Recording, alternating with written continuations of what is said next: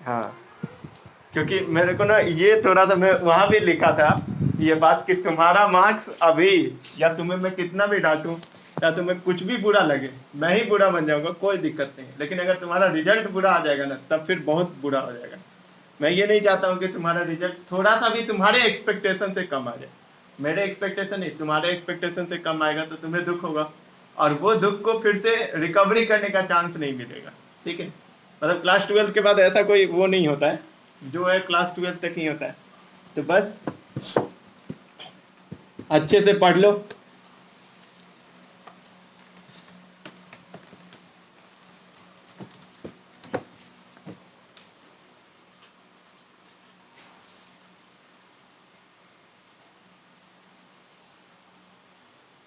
तो इसीलिए जितने लोग को पॉसिबल है, अब तो मैं 1 तारीख से ये भी कर दूंगा कि जिन लोगों को कोई दिक्कत हो, ठीक है, तो वो कोचिंग पे आके पूछने के लिए आ सकते हैं। ऐसे क्लास तो देखो, जब तक गवर्नमेंट का नोटिफिकेशन नहीं आता तब तक ऐसे ही चलेगा, लेकिन जिनको भी दिक्कत हो, जिनको भी पर्सनल हेल्प चाहिए कोई भी चैप्टर में, कोई भी टॉपिक में, तो 1 तारीख के बाद से कोचिंग पे आके समय लेके पूछ सकते हैं, उसमें कोई दिक्कत नहीं है। ठीक है, कोरोना अपने जगह है, सभी लोग प्रोटेक्शन रखें अपने साथ, जो भी केयर करना है करते रहें।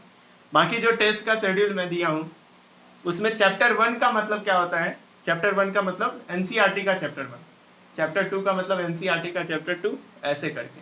तो जो 5 टेस्ट का टाइमिंग दिया हूँ, एक तो फ्राइडे है 2 अक्टूबर, उसके बाद जो जो भी है वो संडे का। तो थोड़ा इस चीज का ध्यान रखना, उसी ढंग से प्रिपेयर कर लेना, क्योंकि इस बार मैक्सिमम लोग को मैं कोचिंग पे बुलवाऊंगा एग्जाम दिलवाने के। जैसे 2 लोग का तो नाम पहले ही बता दिया, अभिषेक अग्रवाल, प्रियांशु, और भी ऐसा मेरे को लगा तो मैं उनको कोचिंग पे बुलवा के एग्जाम दिलवाता हूँ। ठीक है, या फिर किसी भी तरीके से तुम पढ़ लो अच्छे से, ताकि तुम्हारा रिजल्ट आ जाए, बाकी मेरे को क्या चाहिए।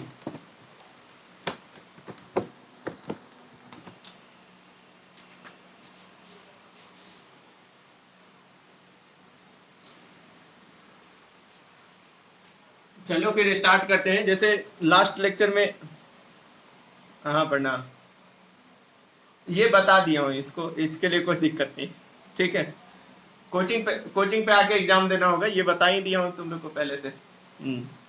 पढ़ना स्टार्ट, सबको नहीं, मतलब कि धीरे धीरे करके सबको बुलाना स्टार्ट करवा दूंगा। एग्जाम देने के लिए तो एटलीस्ट आना ही पड़ेगा, क्योंकि हाँ वी आर स्पेशल। इस चीज को ध्यान रखना कि मैं ये नहीं चाहता हूँ कि किसी का मार्क्स कम आ जाए और फिर वो दुख हो जाए, ऐसा मैं नहीं चाहता हूँ। ठीक है, चाहे कुछ भी हो जाए, तुम्हारा रिजल्ट अच्छा आना चाहिए। तुम मेरे से पढ़े हो तो मैं तुम्हारा ही भलाई चाहूंगा, और किसी का हो नहीं हो। जो लोग मेरे से पढ़ रहे हैं उनका रिजल्ट अच्छा है, और उसमें तुम जैसा मेहनत मेरे से चाहते हो वो मैं अवेलेबल हूँ, जिस तरीके से जो क्वेश्चन पूछना है, जो चीज पढ़ना है वो। ठीक है, उसके लिए कोई दिक्कत नहीं। तो देखो नेक्स्ट टॉपिक है इसमें, इमोशनल ईएमएफ। ठीक है, जैसे ये चीज जो है, इमोशनल वर्ड का मतलब क्या होता है वो समझना होता है, और दूसरा ईएमएफ का मतलब क्या होता है वो। तो ईएमएफ का मतलब मैं पहले ही एक्सप्लेन कर दिया हूँ, ईएमएफ का मतलब क्या होता है। इमोशनल वर्ड का मतलब क्या होता है वो भी हम समझेंगे, और ईएमएफ जो भी हम इस चैप्टर में बात करने वाले थे हैं, वो इंड्यूस्ड ईएमएफ का हम बात करते हैं। कौन से ईएमएफ का बात करते हैं? इंड्यूस्ड ईएमएफ का बात करते हैं। ठीक है, और मोशनल वर्ड मोशन से रिलेटेड है, तो मोशन का बात होगा वहां पे, और उस मोशन के कारण से ईएमएफ इंड्यूस होगा, तो उसको हम क्या बोलते हैं? Motional EMF. देखते हैं पहले सेटअप क्या है और किससे रिलेटेड बात हो रहा है यहाँ पे। जैसे मान लो कि ये एक ऐसा सर्किट है और यहाँ पे एक रॉड है। ऐसा तुम लोग समझ सकते हो कि ये एक रेलवे ट्रैक है, ये 2 रेलवे ट्रैक है, मतलब जो ट्रेन इस पे, मतलब एक पहिया इस पे और एक पहिया इस पे, वो वाला रेलवे ट्रैक है। ये दोनों रेलवे ट्रैक है जो आपस में पैरेलल होते हैं। इनको हमने एक वायर से कनेक्ट कर दिया है यहाँ पे, एक साइड से इसको तो कनेक्ट कर दिया है। ठीक है, क्यों कनेक्ट किया है? क्योंकि हमें पता है कि जब भी कंप्लीट सर्किट रहता है वहां पे करंट फ्लो होता है, तो इसलिए जब कोई, यहाँ पे 2 मेटालिक रॉड है ऐसे समझ लो, और यहाँ पे एक वायर से हमने कनेक्ट कर दिया है, और जो हमारा मेन काम है यहाँ पे वो इस रॉड का है। ठीक है, ये एक रॉड है, ठीक है, जो v वेलोसिटी से अंदर की ओर आ रहा है। ठीक है, ये ऐसे समझो, ये एक सेटअप है, this is a railway track, ये भी एक रेलवे ट्रैक है। यहाँ पे रेलवे ट्रैक कहने का मतलब क्या है कि ये एक मेटालिक है और ये भी एक मेटालिक है, मतलब ये दोनों कंडक्टर की तरह बिहेव कर रहा है और ये भी एक कंडक्टर की तरह बिहेव कर रहा है, मतलब ये तीनों वायर समझ सकते हो। और ये एक रॉड है जिसमें हमने वेलोसिटी दे रखा है in presence of magnetic field. यहाँ पे इस रीजन में मैग्नेटिक फील्ड है, क्या है यहाँ पे मैग्नेटिक फील्ड, और वो मैग्नेटिक फील्ड कैसा है, यूनिफॉर्म नेचर का। यूनिफॉर्म बोले तो वहां पे हर एक जगह पे वैल्यू और डायरेक्शन कांस्टेंट है ऑलवेज, सारे जगह मैग्नेटिक फील्ड है, ऐसा कुछ। और इस रॉड को हम लोग v वेलोसिटी से या तो इधर को बढ़ा रहे होंगे या फिर इधर को बढ़ा रहे होंगे। इस पूरे रीजन में यूनिफॉर्म मैग्नेटिक फील्ड है, आगे भी यूनिफॉर्म मैग्नेटिक फील्ड, ठीक है, ऐसा कुछ सेटअप। तो सेटअप समझना बहुत आसान है। वर्ड देखो, मोशनल ईएमएफ चैप्टर का नाम, मतलब टॉपिक का नाम है, जिसमें मोशनल मतलब मोशन से रिलेटेड बात होगा और ईएमएफ का मतलब वहां पे इंड्यूस्ड ईएमएफ का हम बात कर रहे होंगे। तो ये एक रॉड है जिस रॉड को हमें मोशन कराना है और मोशन इस प्रकार हम करा रहे हैं कि इसका वेलोसिटी इधर की तरफ आ रहा है, ठीक है, मतलब ये जो रॉड है वो इधर की तरफ मूव कर रहा है, ठीक है, ये वाला बात हम ध्यान रख सकते हैं।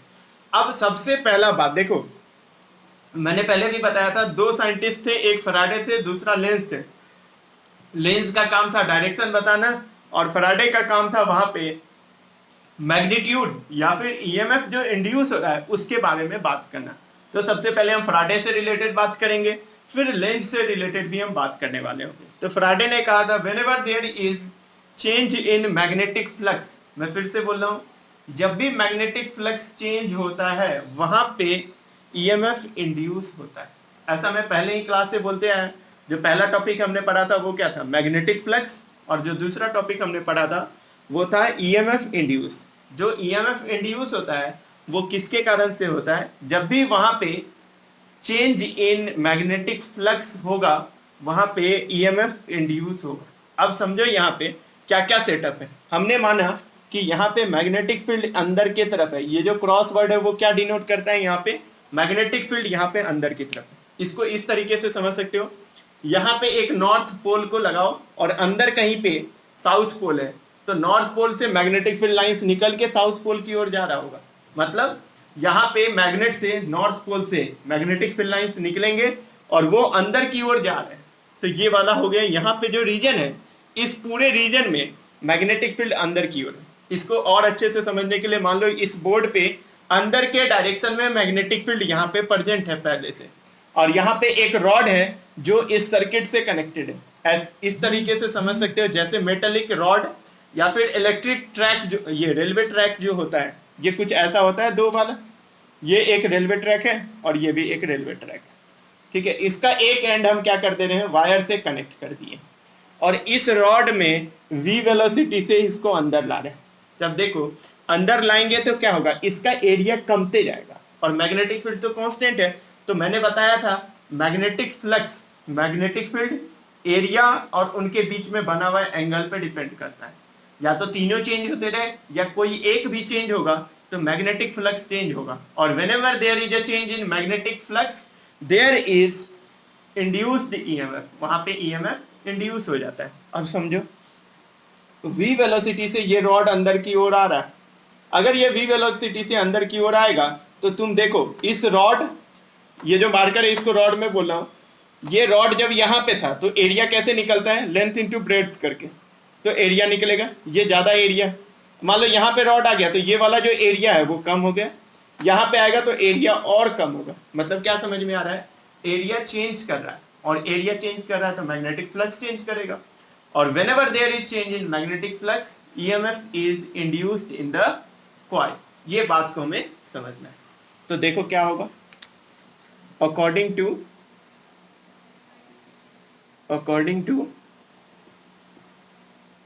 Faraday law of electromagnetic induction, Faraday law of electromagnetic induction, मान लो इस रॉड का लेंथ हम ले लेते हैं L और ये वाला जो लेंथ है, ये वाला लेंथ तो ऑलवेज चेंज होते रहेगा, इसको मान लेते हैं x। क्यों ऐसा, हमें जो ये रेक्टेंगल दिख रहा है इसका अगर हमें एरिया निकालना होगा तो इस लेंथ को, यहां से यहां का जो लेंथ है उसको हम L बोल रहे हैं, इसको थोड़ा छोटा कर लो ताकि कंफ्यूजन ही ना रहे। ये हमारा एक रॉड है जिसका लेंथ एल है। क्यों? इस रॉड का लेंथ कभी बदलेगा नहीं। देखो इस रॉड का लेंथ कभी नहीं बदलेगा। अगर ये इनिशियली एल लेंथ पे है तो बाद में भी एल लेंथ पे ही रहेगा। तो ये रॉड का लेंथ हमने एल लिया, और ये वाला जो डिस्टेंस है जो चेंज हो रहा है इसको हम एक्स मान लेते हैं। अगर यहाँ पे है तो यहाँ से यहाँ का लेंथ क्या होगा? एक्स। यहाँ पे आएगा तो यहाँ से यहाँ का लेंथ एक्स होगा। अगर यहाँ पे आया तो यहाँ से यहाँ का, मतलब दिस एक्स इज वेरिएबल। ठीक है, ये वाला बात समझ में आ गया। ये लेंथ एल है और ये वाला लेंथ एक्स। ठीक है, ये वाला। यहाँ पे मैग्नेटिक फील्ड हमने माना बी अंदर की ओर। अब देखो क्या होगा, हमें पता है फ्लक्स जो लिखा जाता है वो लिखा जाता है बी डॉट ए से। ठीक है, और बी डॉट ए कहने का मतलब क्या होता है? B A cos theta, where theta is angle between magnetic field and area vector. किसके किसके बीच का एंगल होता है? मैग्नेटिक फील्ड और एरिया वेक्टर के बीच का एंगल। तो मैग्नेटिक फील्ड तो पता है हमें अंदर की ओर है, एरिया वेक्टर कैसा होगा? तो अभी के लिए ये फिगर मान लो। ये फिगर कैसा है? ये कुछ ऐसा है। ठीक है, ये एक हमारा एरिया वेक्टर बन रहा है और मैग्नेटिक फील्ड अंदर की ओर है। तो एरिया ऑफ द रेक्टेंगल क्या होगा? Length into x, L into x होगा कि नहीं? वो अलग बात है कि एक्स बदल रहा है वहां। तो एक समय के लिए स्टार्टिंग में इसको मैंने बोला एल, इसको बोला एक्स, तो एरिया क्या होगा? L into X. Magnetic field B. ठीक है, यहां तक समझ में आ गया। अब हम बात करते हैं एरिया वेक्टर का। तो मैंने बताया था area vector is always perpendicular to the sheet. अगर ये रेक्टेंगुलर सीट है तो एरिया वेक्टर इसके परपेंडिकुलर डायरेक्शन में होंगे। मतलब एरिया वेक्टर क्या होगा? ये। या फिर हम बोल सकते हैं अगर पीछे से देखें तो एरिया वेक्टर ये होगा। ठीक है, अंदर की ओर। तो चूंकि मैग्नेटिक फील्ड अंदर की ओर है तो एरिया वेक्टर भी किधर लेंगे? अंदर की ओर। अब मुझे बताओ, अंदर मैग्नेटिक फील्ड भी और अंदर एरिया भी, तो दोनों के बीच में एंगल कितना? cos 0 degree. क्यों 0? क्योंकि मैग्नेटिक फील्ड भी अंदर, मान लो ये मैग्नेटिक फील्ड और यही एरिया, दोनों के बीच में एंगल कितना बनेगा? Theta is equal to 0 degree बनेगा। ठीक है ना, ये बात को समझना है कि यहाँ पे जो थीटा है वो 0 डिग्री। क्यों ऐसा हुआ? क्योंकि हमने सेटअप ही ऐसा तैयार किया जिससे एंगल 0 डिग्री हुआ। अगर एंगल 0 नहीं होता तो कुछ और होता, उसको हमें लिखना होता।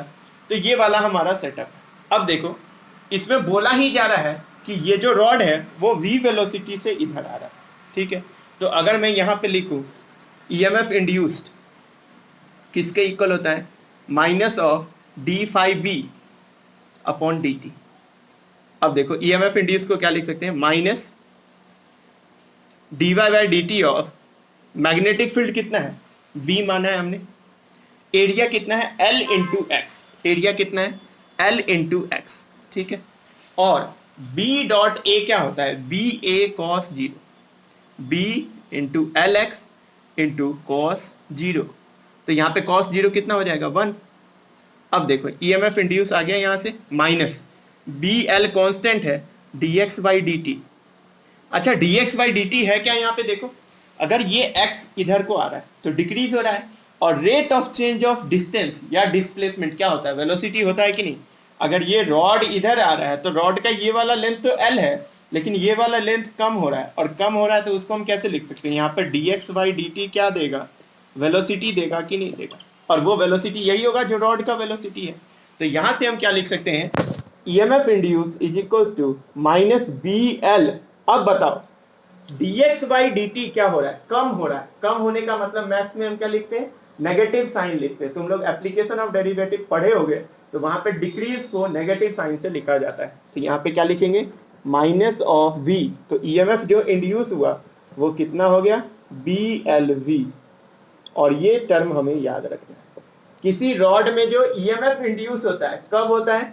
जब रॉड v वेलोसिटी से मूव कर रहा है perpendicular to magnetic field, then EMF induce is BLV। b होता है मैग्नेटिक फील्ड, l होता है लेंथ ऑफ द रॉड, और v होता है वेलोसिटी ऑफ द रॉड। इसको कॉपी में लिखो, फिर आगे बता दो।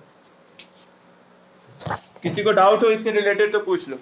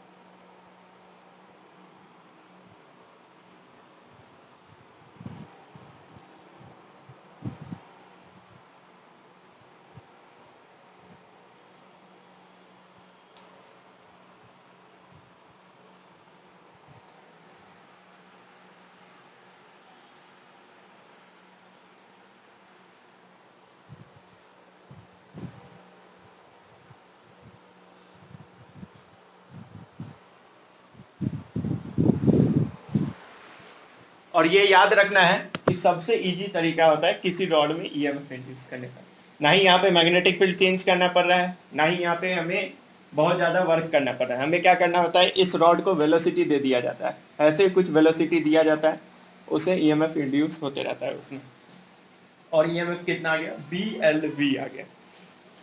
And this EMF induce is known as motional EMF, क्योंकि ये रॉड में मोशन करा के लाया गया है, इसलिए इसका नाम क्या हो गया, मोशनल ईएमएफ। इसको लिख,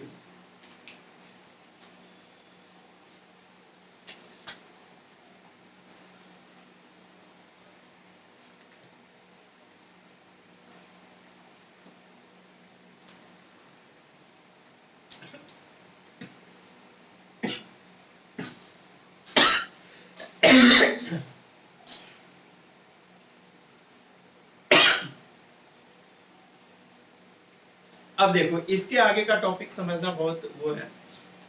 हमने यहाँ पे इंड्यूस्ड ईएमएफ का मैग्नीट्यूड निकाल लिया, किसके हेल्प से निकाला, फैराडे लॉ से निकाला, ठीक है। अब फैराडे लॉ ये बताया था कि ईएमआई जो इंड्यूस हो रहा है उसका मैग्नीट्यूड किससे आएगा, B into L into V से आएगा। B होता है मैग्नेटिक फील्ड, L होता है लेंथ ऑफ द कंडक्टर, और V होता है वेलोसिटी ऑफ द कंडक्टर, या फिर हम रॉड बोल सकते हैं यहाँ पे। तो मैं यहाँ पे ये सारा पॉइंट लिख दे रहा हूं।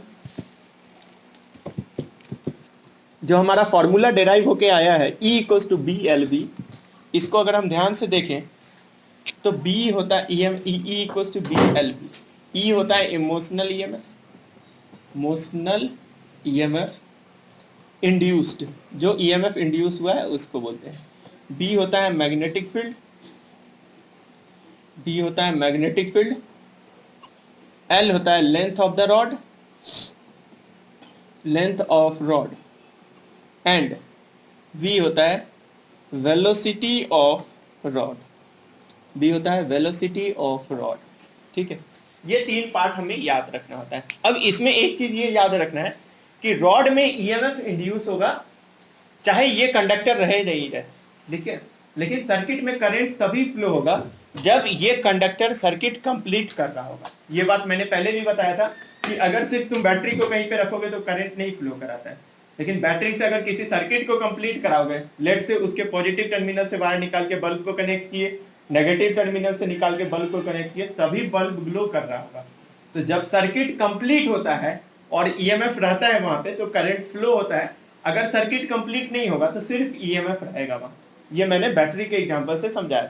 उसी तरीके से इस रॉड में ईएमएफ इंड्यूस हुआ किसके किसके कारण से, यहाँ पे जो अंदर मैग्नेटिक फील्ड है उसके कारण से और वेलोसिटी के कारण से। लेकिन इस सर्किट में करंट तभी फ्लो होगा, इस वाले सर्किट में देखो, जब यहाँ पे ये वाला जो सर्किट है इसको कंप्लीट पाथ मिलेगा, मतलब करंट इससे आ भी रहा होगा जा भी रहा होगा। मतलब ये जो रॉड है, ये रॉड किस तरह से बिहेव करेगा, एक बैटरी के तरह से बिहेव करेगा। अब मुझे बताओ, ये रॉड का अगर हम बात करें या फिर इस सर्किट का बात हम करें, तो सर्किट में जो करंट फ्लो हो रहा होगा उसका कुछ ना कुछ डायरेक्शन होगा और उस डायरेक्शन को हमें निकालना होगा। तो इसमें एक रूल है, वो याद रखना होता है, फ्लेमिंग राइट हैंड रूल, ठीक है। फ्लेमिंग राइट हैंड रूल जो बताता है डायरेक्शन ऑफ ईएमएफ इंड्यूस। तो नेक्स्ट टॉपिक इसमें लिखो, the direction of induced EMF, the direction of induced EMF can be find, the direction of induced EMF can be find, the direction of induced EMF, the direction of induced EMF can be find by using Fleming right hand rule, ठीक है। Fleming के right hand के rule से हम निकाल सकते हैं। अब यहां पे ध्यान रखना, कंफ्यूज नहीं होना कि right hand thumb rule use करना है, नहीं। फ्लेमिंग राइट हैंड रूल अलग रूल है जो मैं पहला बार तुम लोग को बता रहा हूं। इससे पहले मैंने राइट हैंड पाम रूल बताया था जिसमें पाम का यूज करते थे, और दूसरा हम लोग यहाँ पे बात किए थे राइट हैंड थंब रूल का, मतलब थंब और कर्ल का बात किए थे। ये कुछ अलग रूल है, इसका नाम है फ्लेमिंग राइट हैंड रूल, ठीक है, अब फ्लेमिंग राइट हैंड रूल में याद रखना है कि this rule is used to find direction of induced current. पहला पॉइंट इसमें लिखेंगे, this rule is used to find direction of this rule is used to find direction of induced current। ठीक है, अभी हम लोग इसको समझेंगे अच्छे से और फिर मैं बताऊंगा कि इंड्यूस्ड करंट से भी हम इंड्यूस्ड ईएमएफ का डायरेक्शन निकाल सकते हैं। मतलब समझो, अगर मान लो मैंने बोला एक सर्किट है यहाँ पे और यहाँ पे एक बैटरी लगा हुआ है, ठीक है, इस बैटरी का अगर हमें पोलैरिटी निकालना हो और मैं इस सर्किट में अगर मैं करंट का डायरेक्शन मुझे पता है, क्या बोल रहा हूँ, एक सर्किट है जिस सर्किट में एक बैटरी लगा है जिसका मेरे को पोलैरिटी निकालना है, पोलैरिटी बोले तो पॉजिटिव साइन और नेगेटिव साइन बताना है कहाँ पे होगा। जब इस सर्किट में करंट ऐसे कुछ फ्लो हो रहा है तो मुझे बताओ, अगर यहाँ पे बैटरी होगा तो इस बैटरी का टर्मिनल ऐसा ही कुछ होगा ना, तभी तो करंट यहां से निकल के और यहाँ पे गया है और इसमें वापस आएगा।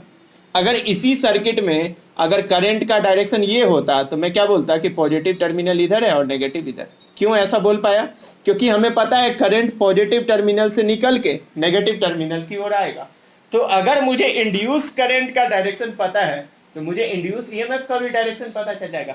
ईएमएफ का मतलब होता है बैटरी का पोलैरिटी बताना, से डायरेक्शन कहने का मतलब ये होता है। और करंट का डायरेक्शन तो हम निकालेंगे ही फ्लेमिंग राइट हैंड रूल से। मतलब हमें ये समझना होगा कि हमें किसी तरीके से ये रूल अगर समझ में आ गया तो मोशनल ईएमएफ वाले टॉपिक में हम करंट का भी डायरेक्शन इजीली बता सकते हैं और साथ में ईएमएफ इंड्यूस का भी डायरेक्शन बता सकते हैं। ठीक है, अब ये वाला जो टॉपिक है देखो एनसीईआरटी में दिया नहीं है, इसलिए नहीं दिया गया है क्योंकि क्लास 10th के एनसीईआरटी में ये पढ़ाया जाता है। तुम्हें भी तुम्हें याद हो नहीं हो उससे मुझे कोई मतलब नहीं, मैं तुम्हें एक्सप्लेन कर रहा हूं, अभी अच्छे से सीखना है। ठीक है, अब देखो ये वाला जो रूल है इसको याद रखना है कि अभी मैंने जो मोशनल ईएमएफ तुम्हें करवाया था उसमें ये बोला था कि तीनों आपस में परपेंडिकुलर। तीनों मतलब देखो यहां से ये मेटालिक रॉड था और ये हमारा कंडक्टर था। ठीक है, ये v वेलोसिटी से इधर जा रहा था और मैग्नेटिक फील्ड अंदर को था। मैग्नेटिक फील्ड अंदर, रॉड कुछ ऐसे और वेलोसिटी इधर। तो समझो यहां से ये तीनों देखो ध्यान से, ये वाला ऊपर ये इधर को है वेलोसिटी और एक अंदर, मतलब यहाँ पे तीन डायरेक्शन आ गया और तीनों परपेंडिकुलर। रॉड का वेलोसिटी लेफ्ट डायरेक्शन में, रॉड खुद से y एक्सिस में बोल सकते हैं, और जो z एक्सिस है उसमें कौन है, मैग्नेटिक फील्ड। जो x एक्सिस है इसमें रॉड का मोशन हो रहा है, जो y एक्सिस है उसमें रॉड खुद है, और जो z एक्सिस है उसमें कौन है, उसमें मैग्नेटिक फील्ड है। तो तीन डायरेक्शन और तीनों आपस में परपेंडिकुलर डायरेक्शन में है। तो ऐसे केस में हम फ्लेमिंग राइट हैंड रूल का यूज कर सकते हैं। अब समझो राइट हैंड रूल क्या होता है। तो सबसे पहले ध्यान रखना कि फ्लेमिंग राइट हैंड रूल में राइट हैंड का ही यूज करना, ठीक है, लेफ्ट हैंड का यूज मत कर लेना, नहीं तो आंसर गलत है। पहला चीज तो ये ध्यान रखना कि फ्लेमिंग राइट हैंड रूल में राइट हैंड का ही यूज करना है, लेफ्ट हैंड का यूज नहीं करना है। तो देखो यहां से फ्लेमिंग राइट हैंड रूल क्या बोलता है, अपने राइट हैंड को इस तरह से एडजस्ट करें कि तीनों आपस में म्यूचुअली परपेंडिकुलर डायरेक्शन में। कौन कौन, this is known as central finger, this is known as fourth finger and this is known as thumb. ये फोर्थ फिंगर होता है, ये सेंट्रल फिंगर होता है, ये थंब होता है। ठीक है, central finger is for current, fourth finger is for magnetic field and thumb is for direction of motion. क्या मैं बोला, central finger for current, magnetic field for fourth finger and thumb is for direction of motion. याद रखना है इस चीज को। Fleming right hand rule मैं एक्सप्लेन कर रहा हूं। देखो सेंट्रल फिंगर, ये अब यहाँ पे हैंड का फिगर मैं अच्छे से नहीं बना पा रहा हूँ, ठीक है, तुम लोग खुद से बना लोगे, तुम लोग ज्यादा इंटेलिजेंट। ठीक है, यहाँ पे तीन जो काम है उसका बता दे रहा हूं। ये है थंब, क्या हुआ, ये फोर्थ फिंगर और ये है सेंट्रल फिंगर। हाँ, तभी तो मैं पढ़ा रहा हूं, नहीं तो मैं नहीं पढ़ाता। जब तुम इंटेलिजेंट हो तभी तो मेरे से समझ पा रहे हो। ठीक है, अगर इंटेलिजेंट नहीं होते तो मैं समझा भी नहीं पाता। थंब ये है, फोर्थ फिंगर ये है और सेंट्रल फिंगर ये। Central finger C for central finger, C for current, ये याद रखना है। सेंट्रल फिंगर किसके लिए होता है? करंट इंड्यूस का डायरेक्शन बताने के लिए। थंब किसके लिए होता है? मोशन के लिए होता है। Four finger, F for four finger, four finger magnetic field के लिए होता है। किसके लिए होता है? Magnetic field. इसको याद रखना अच्छे से। पहला चीज तो यही याद नहीं रहता है कि थंब का मतलब क्या होता है। थंब का मतलब direction of motion, four finger is for direction of magnetic field and C central finger is for direction of current induce. पहला बात, ये रूल अगर लिखने के लिए आएगा तो भाई बीच वाले को मिडिल फिंगर मत लिख देना, सेंट्रल फिंगर लिखना, नहीं तो एग्जामिनर मार्क्स नहीं देगा। इस चीज को ध्यान रखना कि मार्क्स नहीं आने का सीधा सीधा रीजन बच्चा खुद होता है, वो कुछ ऐसा लिख के आता है जो एग्जामिनर मार्क्स नहीं देता है। ठीक है, क्योंकि वहां पे central finger C for central, C for current इसीलिए बताया गया। मैग्नेटिक फील्ड फोर फिंगर के लिए होता है, थंब होता है मोशन के लिए। अब मुझे बताओ, हमें डायरेक्शन इस तरीके से रखना है कि हमें अपने थंब, फोर फिंगर और ये सेंट्रल फिंगर को परपेंडिकुलरली एडजस्ट करना है। कैसे करना है? परपेंडिकुलर। देखो तीनों आपस में म्यूचुअल परपेंडिकुलर। म्यूचुअल परपेंडिकुलर कहने का मतलब किसी दो का अगर बात करेंगे तो दोनों आपस में परपेंडिकुलर होंगे। ये थंब और फोर फिंगर देखो 90 डिग्री एंगल, ये four finger central finger 90 degree angle, central finger thumb भी 90 डिग्री एंगल। इसी वर्ड को बोला जाता है म्यूचुअली परपेंडिकुलर डायरेक्शन। तो हमें क्या करना है? We have to adjust our central finger, four finger and thumb perpendicular to each other, मतलब mutually perpendicular direction, such that thumb is in direction of motion, forefinger is in direction of magnetic field, then the direction of central finger is the direction of current।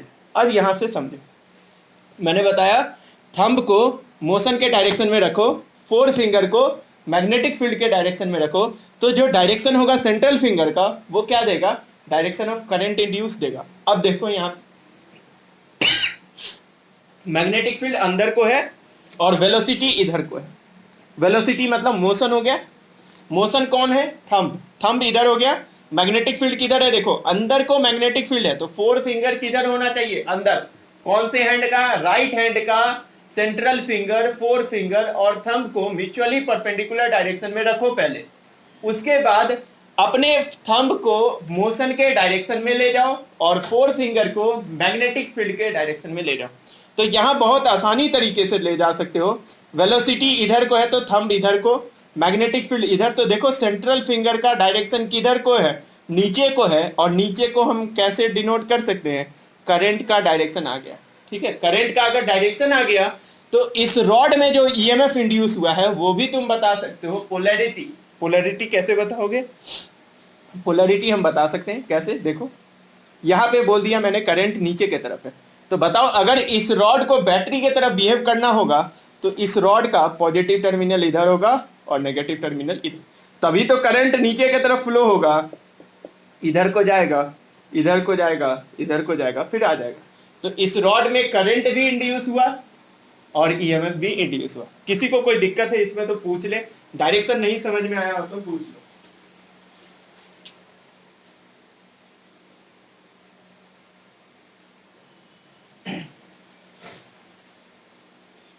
इसको note करो यहां तक, फिर मैं आगे statement लिखवा दूं।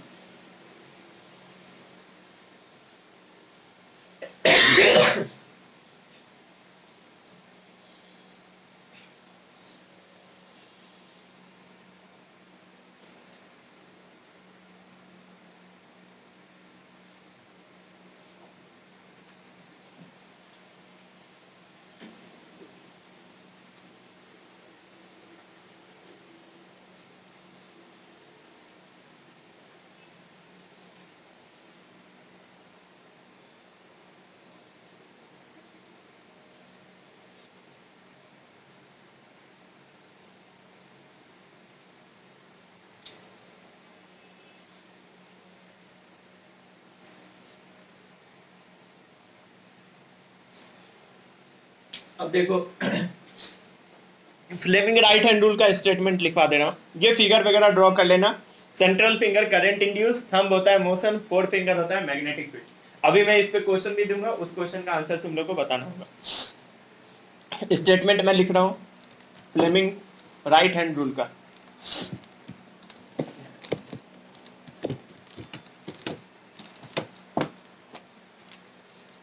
If we adjust our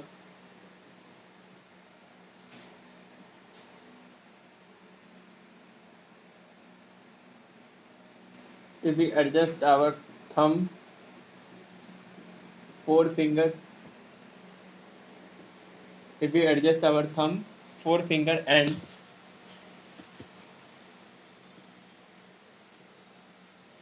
central finger, if we adjust our thumb, forefinger and central finger of our right hand in mutually perpendicular direction, mutually perpendicular मतलब तीनों आपस में perpendicular होंगे, in mutually perpendicular direction such that thumb is in direction of motion, thumb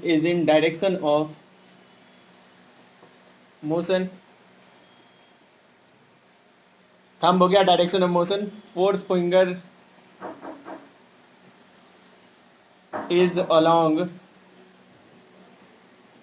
direction of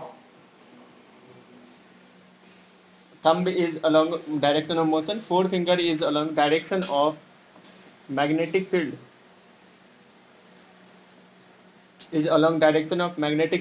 then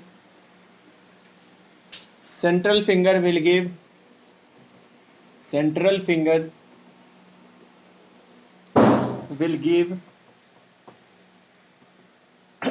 direction of induced current. ठीक है, बहुत easily मैं लिखवाया हूं, इसको याद करना बहुत इजी है. If we adjust our thumb, forefinger and central finger of our right hand होगा यहाँ पे, of our right hand in mutually perpendicular direction such that thumb is in direction of motion, forefinger is along direction of magnetic field, then central finger will give direction of induced current. और वो मैंने यहाँ से explain किया. देखो, fourth finger magnetic field जो अंदर है, वेलोसिटी लेफ्ट में है, तो सेंट्रल फिंगर नीचे है, मतलब करंट का डायरेक्शन क्या हो गया, नीचे. और करंट का डायरेक्शन अगर नीचे है तो बैटरी में जो ईएमएफ इंड्यूस होगा उसका पोलैरिटी पॉजिटिव टर्मिनल का इधर होगा और नेगेटिव का इधर होगा. ये तो पहला क्वेश्चन हो गया. इसको नोट करो अच्छे से, और ये तुम अपने माइंड में रख सकते हो. इसका फिगर बना के अच्छे से रखना. सेंट्रल फिंगर इंड्यूस करंट का डायरेक्शन देता है, मैग्नेटिक फील्ड फोर फिंगर, और थंब होता है मोशन का. और ये फिगर बना लेना.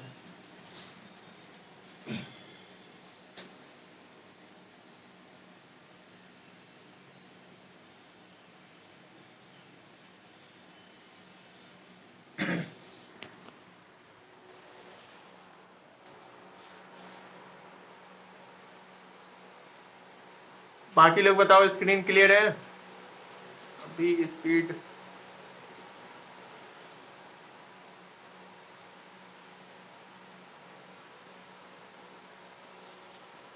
अब ठीक हो गया होगा.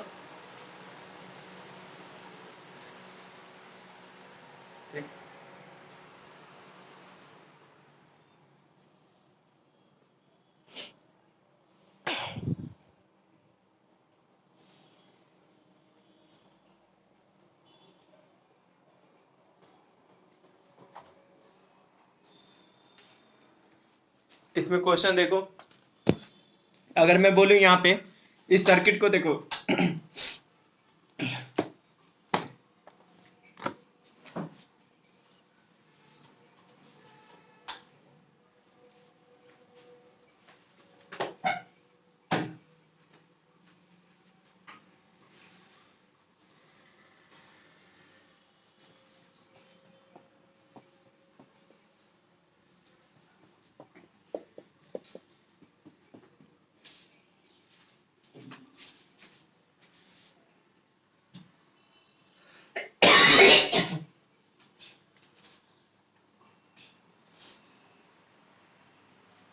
देखो इस सर्किट को देखो, ये लिख लेना. उसके बाद इसका आंसर तुम लोग को बताना है. ये एक मेटालिक रॉड है, मतलब ये एक कंडक्टर है, ठीक है, और ये एक रॉड है. इस रॉड में बाहर की ओर वेलोसिटी है, मतलब राइट डायरेक्शन में वेलोसिटी है, और मैग्नेटिक फील्ड अंदर की ओर, ठीक है। और इस रॉड में इस रॉड में करंट का डायरेक्शन क्या होगा वो बताना है, और जो ईएमएफ इंड्यूस होगा उसका पोलैरिटी बताना है तुम लोग को। इस रॉड में करंट का डायरेक्शन डाउनवर्ड होगा या अपवर्ड होगा। रॉड हमारा कौन सा है, समझ में आ रहा है सभी को? ये रॉड है, ये जो ये वाला पार्ट है, ये रॉड है। इस रॉड का वेलोसिटी बताना है, मतलब इस रॉड में जो करंट का डायरेक्शन होगा वो अपवर्ड होगा या डाउनवर्ड होगा, इसको हमें बताना है। अपवर्ड होगा, बाकी लोग बताएं।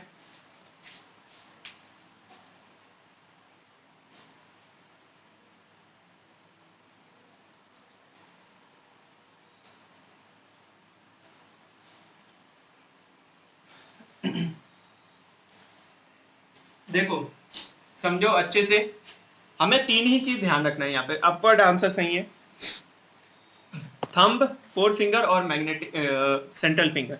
थंब हम पहले तो इसको ऐसे कर लेंगे। अब ये ध्यान रखना है कि घर में अगर ऐसे हम करें तो गार्जियन के सामने ऐसे ना करें, नहीं तो फिर वो लोग समझ जाएंगे कि ये खत्म, ठीक है। कि ये चीज को ध्यान रखना है कि इसको हम म्यूचुअली परपेंडिकुलर डायरेक्शन में ऐसे ही रखेंगे, ठीक है। और इसको हम घुमा सकते हैं, किधर भी ले जा सकते हैं। ये ध्यान रखना है कि ये तीनों अपने म्यूचुअली परपेंडिकुलर डायरेक्शन से हटे ना, ठीक है। इसको हम ऐसे भी यूज कर सकते हैं, ऐसे भी, किसी भी डायरेक्शन में कर सकते हैं, कोई दिक्कत नहीं उसमें, ठीक है। थोड़ा सा परेशानी भी होता है एडजस्ट करने में, लेकिन हम लोग कर सकते हैं और इससे डायरेक्शन अप्रोप्रिएटली करेक्ट बता सकते हैं। सबसे इजी रूल जो होता है वो मैं बताया हूं इसके लिए। और भी रूल्स हैं लेकिन उनमें तुम्हें कंफ्यूजन हो सकता है, इसमें कंफ्यूजन होने का बात नहीं, ठीक है। अब देखो यहाँ पे रॉड में ये थंब होता है। थंब देखो, मैं इसी को पढ़ के समझाता हूं। If we adjust our thumb, four finger and central finger of our right hand in mutually perpendicular direction, mutually perpendicular बोले तो ये, such that thumb is in direction of motion. Motion कौन सा होता है, ये होता है मोशन। थंब हो गया मोशन के डायरेक्शन में, four finger is along direction of magnetic field, मतलब ये जो फोर फिंगर है ये किधर होना चाहिए, डायरेक्शन ऑफ मैग्नेटिक फील्ड, मतलब अंदर, वेलोसिटी इधर, then central finger will give direction of induce current. देखो हमने ऐसे तो रखा ही था, ये हमारा क्या हो गया, वेलोसिटी का डायरेक्शन मतलब मोशन का डायरेक्शन, मैग्नेटिक फील्ड अंदर, तो सेंट्रल फिंगर ऊपर को आया, मतलब करंट इसमें क्या फ्लो हो रहा होगा, ऊपर की ओर करंट फ्लो हो रहा होगा। जो करंट फ्लो हो रहा होगा इस सर्किट में वो ऊपर के डायरेक्शन में हो रहा होगा। करंट अगर ऊपर है तो इस रॉड में अगर मैं टर्मिनल बनाना चाहूँ, पॉजिटिव टर्मिनल और नेगेटिव टर्मिनल, तो मुझे पता है कि रॉड में जो पॉजिटिव टर्मिनल बनेगा वो कुछ ऐसा बनेगा और नेगेटिव टर्मिनल ऐसा। क्यों ऐसा? इसलिए बनेगा कि अगर पॉजिटिव टर्मिनल से करंट निकलेगा तो ही इधर आएगा, पॉजिटिव से इधर आया करंट, इधर जाएगा और इधर, और फिर इसमें एंट्री मारेगा। तो अगर हमें करंट का डायरेक्शन पहले से पता है तो रॉड में इंड्यूस ईएमएफ का भी हम बता सकते हैं। और मैग्नीट्यूड किससे लिखता है? मैग्नीट्यूड हम लिखते हैं फैराडे लॉ से लिखते हैं। तो यहाँ पे इसका मैग्नीट्यूड लिख देंगे अभी के लिए ई, और ई का वैल्यू हम लोग को निकालने आता है। किससे निकाले थे? फैराडे लॉ से। क्वेश्चन में जैसा दिया रहेगा वैसा। तो ये एग्जांपल कर सकते हो, नोट कर लो इसको।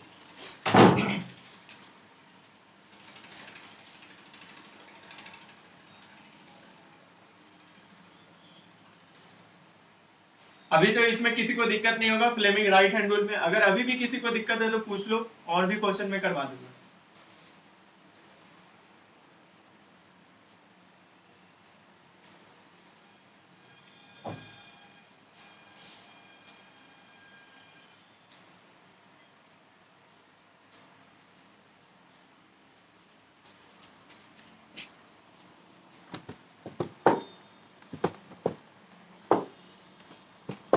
अब देखो कभी कभी ऐसा होता है कि सिर्फ रॉड दिया रहेगा। मान लो ये रॉड है, क्वेश्चन है ये, मान लो ये रॉड है, इसका लेंथ है एल, ठीक है, और ये v वेलोसिटी से ऐसे जा रहा है, और magnetic field outward, b outward है 2 टेस्ला, वेलोसिटी है 3 मीटर पर सेकेंड, और लेंथ ऑफ द रॉड है 2 मीटर। तो ईएमएफ इंड्यूस क्या होगा वो भी बताना है और डायरेक्शन बताना है। लिख दे रहा हूं, फाइंड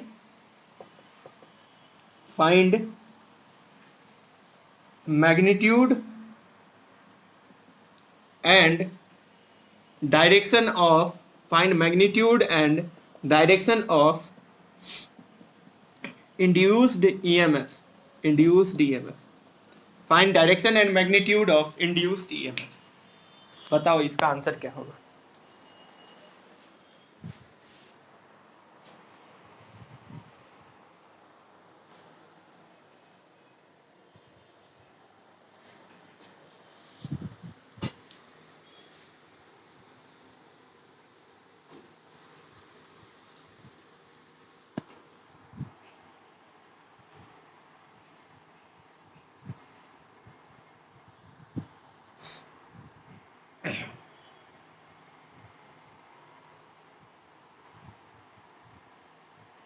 क्या होगा इसका आंसर, बताओ कोई।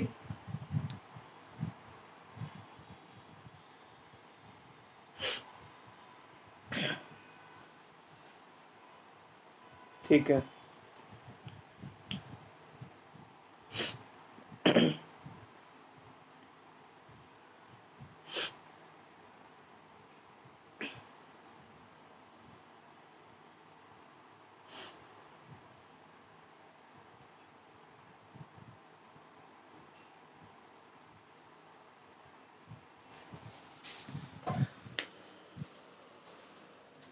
देखो ईएमएफ इंड्यूस का तो सीधा फॉर्मूला हमने डिराइव कर लिया। मोशनल ईएमएफ के लिए क्या होता है, E equals to B L B.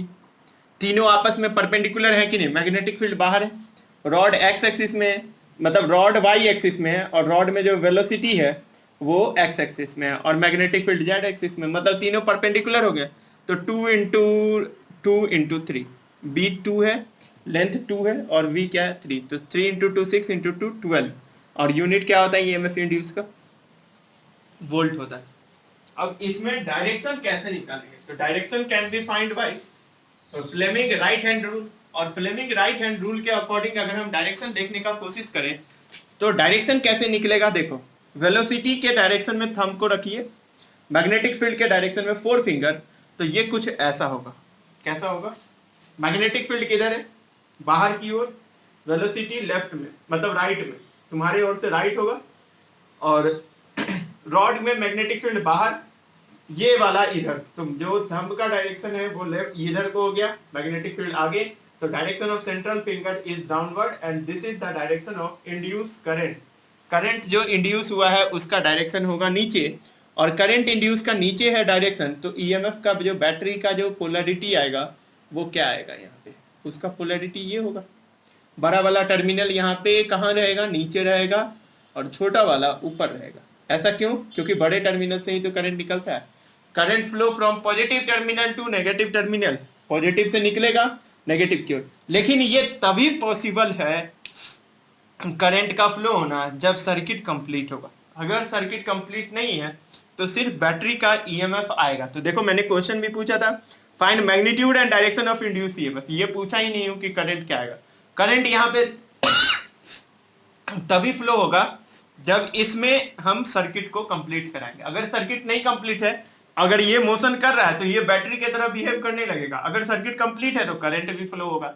ये चीज को हम ध्यान रखेंगे। अब देखो ये क्वेश्चन कंप्लीट होता है, यहाँ पे किस तरीके से डायरेक्शन निकालना था, ईएमएफ इंड्यूस का पोलैरिटी कैसे निकालना होता है वो भी बता दिया, और मैग्नीट्यूड तो इजिली बता सकते हैं, BLV से निकल सकता है। ये था हमारा फ्लेमिंग राइट हैंड रूल, जिससे हम इस क्वेश्चन को सॉल्व कर सकते हैं। अब इसमें कुछ पैरामीटर्स पूछते हैं, जैसे देखो मोशनल ईएमएफ आया था हमारा BLV, ईएमएफ इंड्यूस कितना हुआ था BLV, ये तो हमने याद कर लिया। अब यहाँ पे अगर करंट इंड्यूस कोई पूछते, current induced in the circuit of resistance R, उस सर्किट का रेजिस्टेंस अगर R है तो उस सर्किट में जो करंट इंड्यूस होगा वो कैसे लिखेंगे, I induced is equals to होता है ईएमएफ इंड्यूस का मैग्नीट्यूड को रेजिस्टेंस से डिवाइड करना। ये कहां हम लोग पढ़ के आए थे, तो इंड्यूस्ड पैरामीटर में मैंने बताया था अगर हमें ईएमएफ पता है तो हम इंड्यूस करंट निकाल सकते हैं। कैसे, ईएमएफ को रेजिस्टेंस से डिवाइड, देखिए किस लॉ पे बेस्ड है ये, V equals to IR, Ohm's law. देखो ईएमएफ इंड्यूस वोल्टेज के तरह करंट इंटू रेजिस्टेंस करेंगे तो ईएमएफ इंड्यूस आता था। यहाँ पे करंट इंड्यूस क्या होगा, ईएमएफ इंड्यूस को रेजिस्टेंस से डिवाइड देंगे।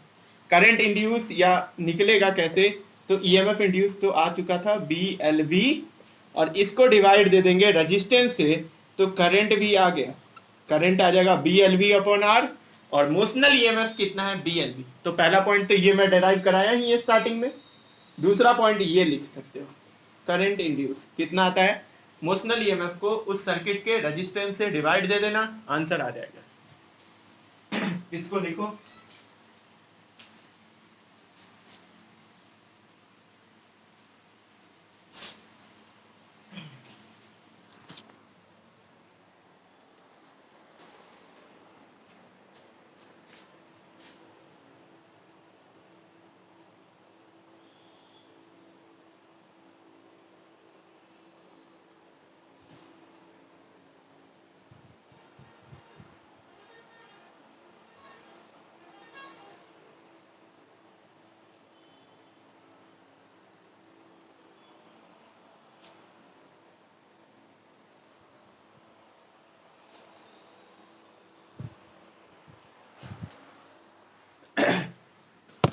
ये वाला टॉपिक थ्योरी का है, ये तो क्वेश्चन था, इसके आगे थ्योरी में ये लिखना था।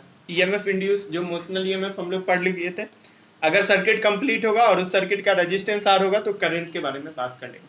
अब देखो क्या होता है, नेक्स्ट टॉपिक है इसी मोशनल ईएमएफ का, इसको समझते हैं अच्छे से। ये जो सर्किट था हमारा, इस सर्किट में अगर हम कुछ और पॉइंट्स का अगर हम बात करें, मैं सर्किट फिर से बना रहा हूं, तुम लोग को बनाने का नीड नहीं है, तुम लोग के पास पहले से बना हुआ है। ये एक दो रेलवे ट्रैक वाला सिस्टम बताया था, और ये एक कुछ ऐसे, और ये हमारा रॉड था, ठीक है। तो इस रॉड में अगर वेलोसिटी अंदर हो या बाहर कुछ भी हो सकता है, जो फिगर था पहला उसके अकॉर्डिंग अंदर को था, ठीक है।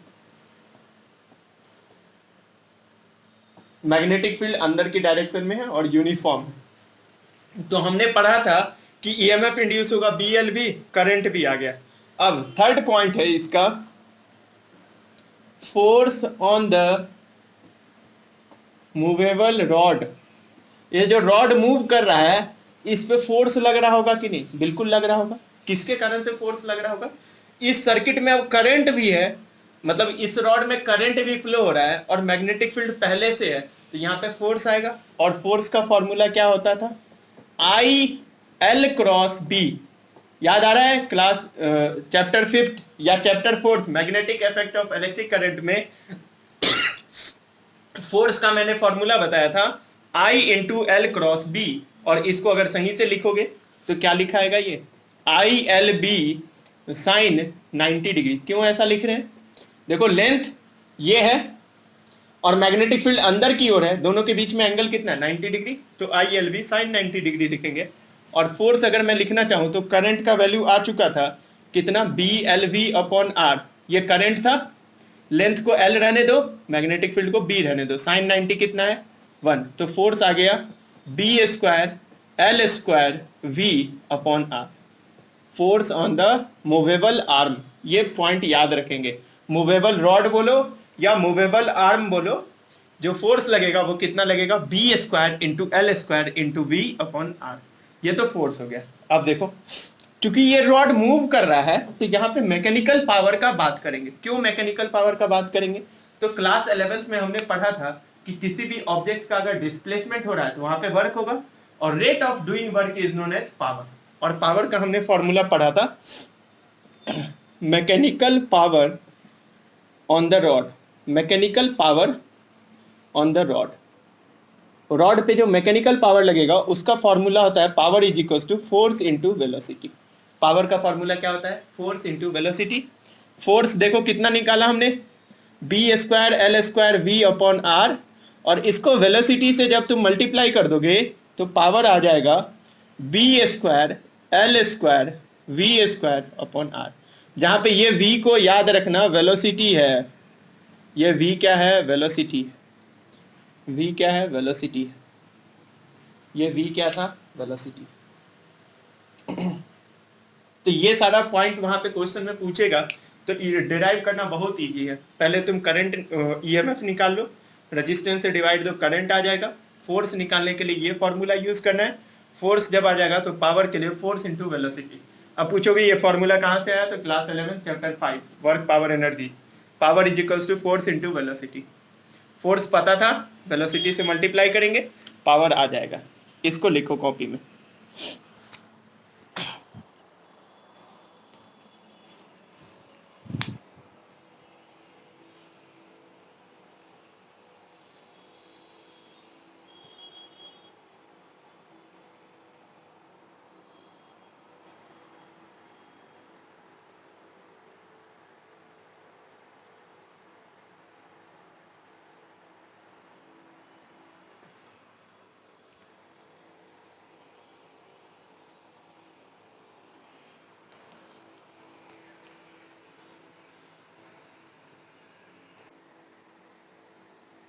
कनेक्शन डिस्टर्ब हुआ था क्या?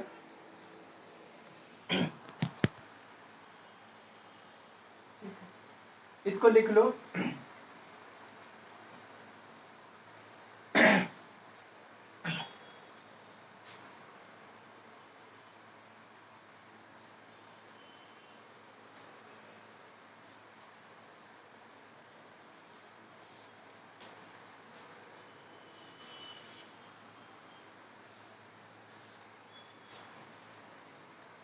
अब देखो, थोड़ा सा इंटरेस्टिंग यहाँ पे मैं कुछ बता रहा हूँ, इसको समझने का कोशिश करना। ठीक है, क्या बता रहा हूँ देखो। यहाँ पे जो रॉड है अपने आप वेलोसिटी नहीं ले आएगा, इसको कोई एक्सटर्नल एजेंट वेलोसिटी लाएगा, क्योंकि यहाँ पे करंट इंड्यूस हो रहा है। करंट इंड्यूस करने का मतलब करंट पहले सर्किट में नहीं था, सर्किट में जो करंट आया है वो इसीलिए आया है कि रॉड को वेलोसिटी मिला था। जैसे तुम लोग ये समझ सकते हो कि किसी जनरेटर में होता क्या है, जनरेटर में हम फोर्स का व्यवस्था करते हैं, कहां से? उसका लूप रोटेट करता है फ्यूल वगैरह डालने से। वहां पे इंजन का बात होता है, फ्यूल वगैरह होता है, उसके कारण से वो लूप उसका रोटेट करता है, और जब लूप रोटेट करता है मैग्नेटिक फील्ड के प्रेजेंस में, तो करंट वहां पे जनरेट होता है। ये किसका मैं बात कर रहा हूँ? जनरेटर के अंदर। तुम लोग जनरेटर देखे होगे सभी कोई, उसको में फ्यूल डालते हैं, फ्यूल को डालने के बाद इंजन को ऑन करते हैं, तो उसका जो कॉइल है या बोलो फैन है वो रोटेट करता है, वहां पे मोशन आ गया और हमें मैग्नेटिक फील्ड मैग्नेट वगैरह से मिल जाता है वहां पे।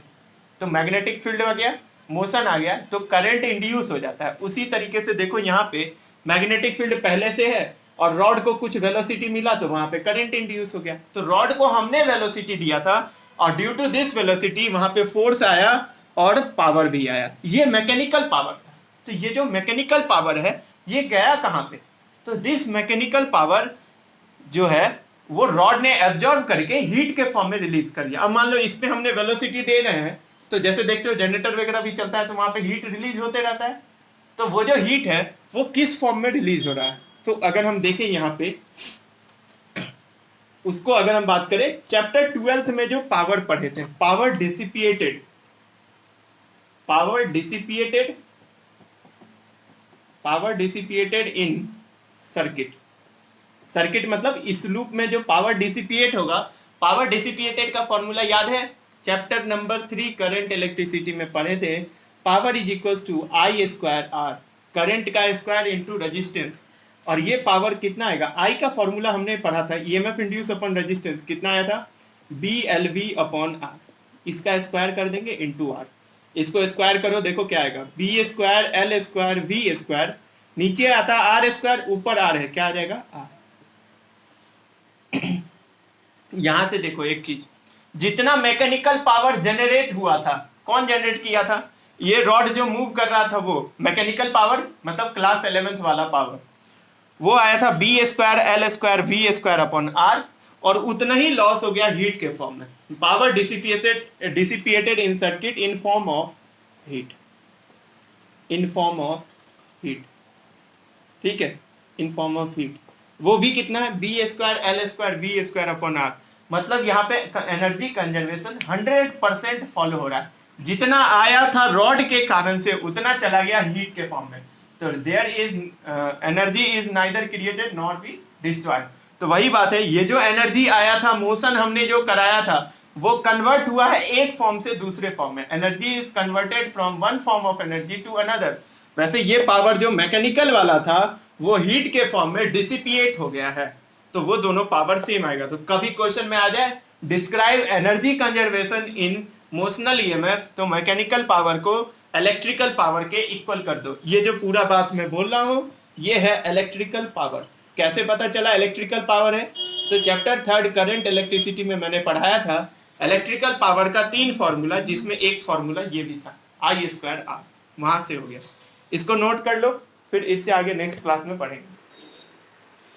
किसी को कोई दिक्कत हो इससे रिलेटेड तो पूछ लो।